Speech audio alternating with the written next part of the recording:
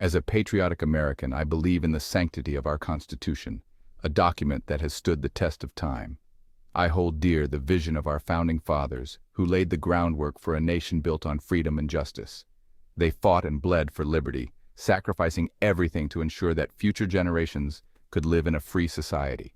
They understood the true cost of freedom, a price paid in blood and unwavering resolve. Their wisdom echoes through the ages, reminding us of the principles upon which our nation was founded. They entrusted us with a legacy, a nation built on the foundation of individual rights and collective responsibility. Among these, the right to keep and bear arms stands paramount, a symbol of our enduring freedom. It is not just a right but a bulwark against tyranny, a safeguard for our liberties. This right is enshrined in our Second Amendment, a clear and unequivocal statement of our freedoms. It is not open to interpretation or infringement. It's absolute, a cornerstone of our democracy.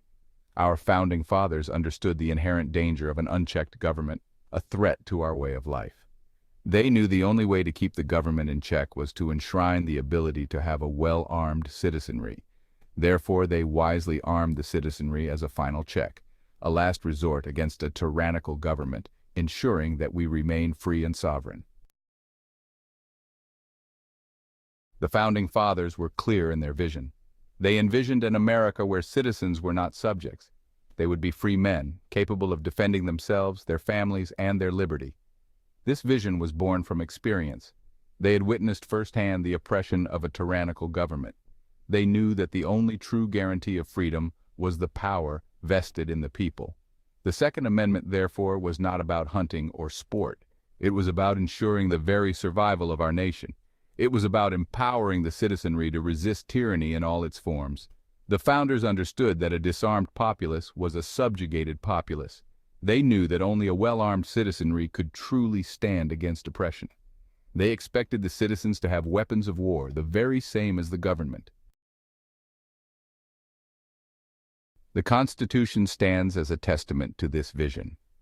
It is a document of enumerated powers. It clearly defines the limits of government.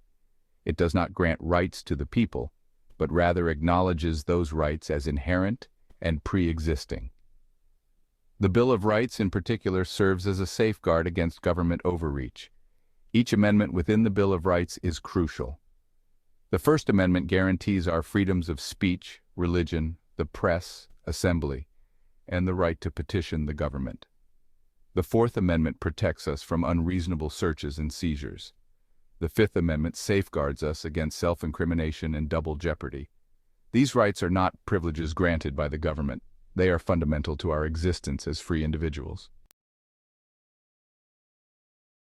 The Second Amendment, however, holds a unique place. It is the teeth behind the Bill of Rights. It is the ultimate guarantor of all other liberties.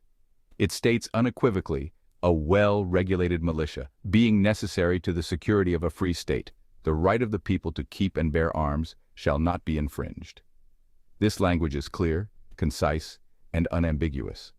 The Founding Fathers understood that the right to bear arms was essential for a well-regulated militia. This militia, composed of ordinary citizens, served as the first line of defense against both foreign threats and domestic tyranny. It was the ultimate safeguard against government overreach. The Second Amendment ensures that the citizens would always have the means to defend themselves against any who would seek to usurp their liberties. Section 5. Echoes of History. Armed Citizens, a Free Nation. History provides ample evidence of the wisdom of our founders. Time and again, armed citizens have been the bulwark against tyranny. From the American Revolution to the present day, the right to bear arms has been instrumental in securing and preserving liberty.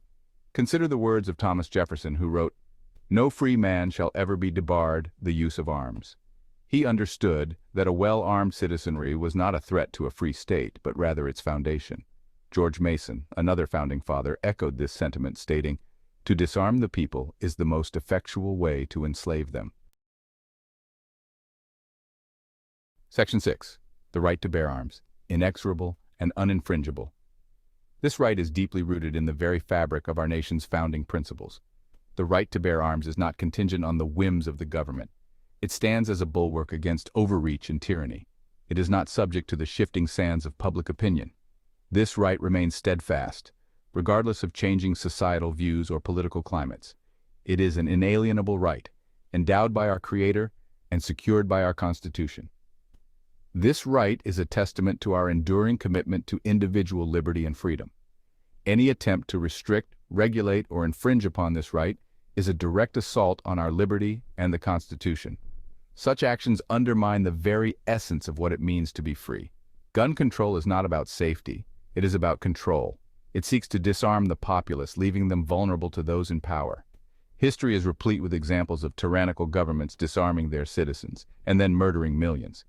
These lessons from the past serve as stark warnings for the present. The Founding Fathers understood this danger.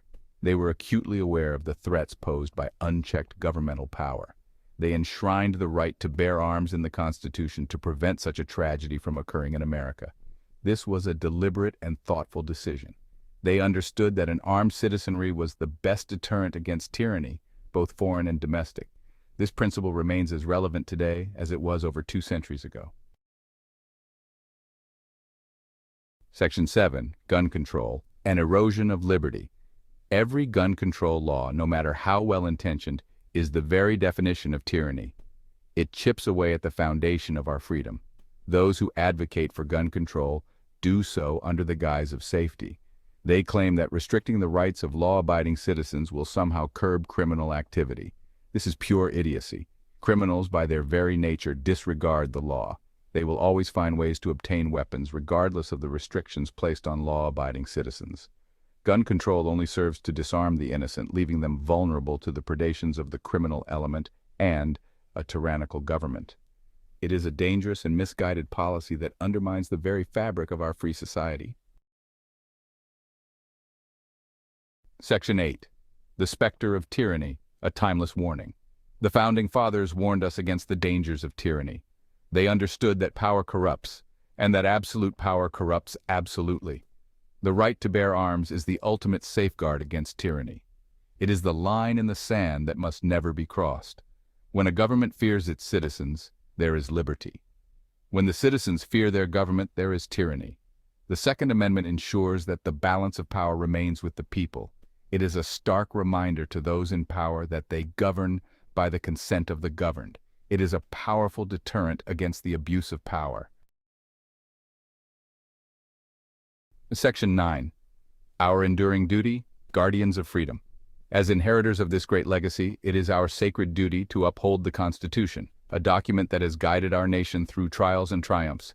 We must resist any and all attempts to infringe upon our God-given rights, for these rights are the foundation of our freedom and democracy. The Second Amendment is not a relic of the past, but a living testament to our enduring commitment to liberty. It is a vital safeguard for the present and a sacred trust for future generations, ensuring that they too can enjoy the freedoms we hold dear. We must be vigilant in our defense of this right, ever watchful against those who would seek to undermine it. We must educate others about its importance, spreading knowledge and understanding to every corner of our nation. We must hold our elected officials accountable for upholding their oath to protect and defend the Constitution, ensuring they remain true to their word. The future of our republic depends on it, for without vigilance, our freedoms are being eroded.